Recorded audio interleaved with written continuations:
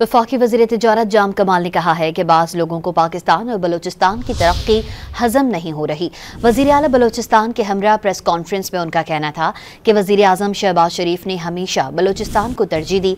उन्होंने बतौर वज़ीर आला पंजाब भी बलूचिस्तान की तरक्की के लिए काम किया। हुकूमत को मुल्क में यकसा तरक्की को फ़रोग़ देना है।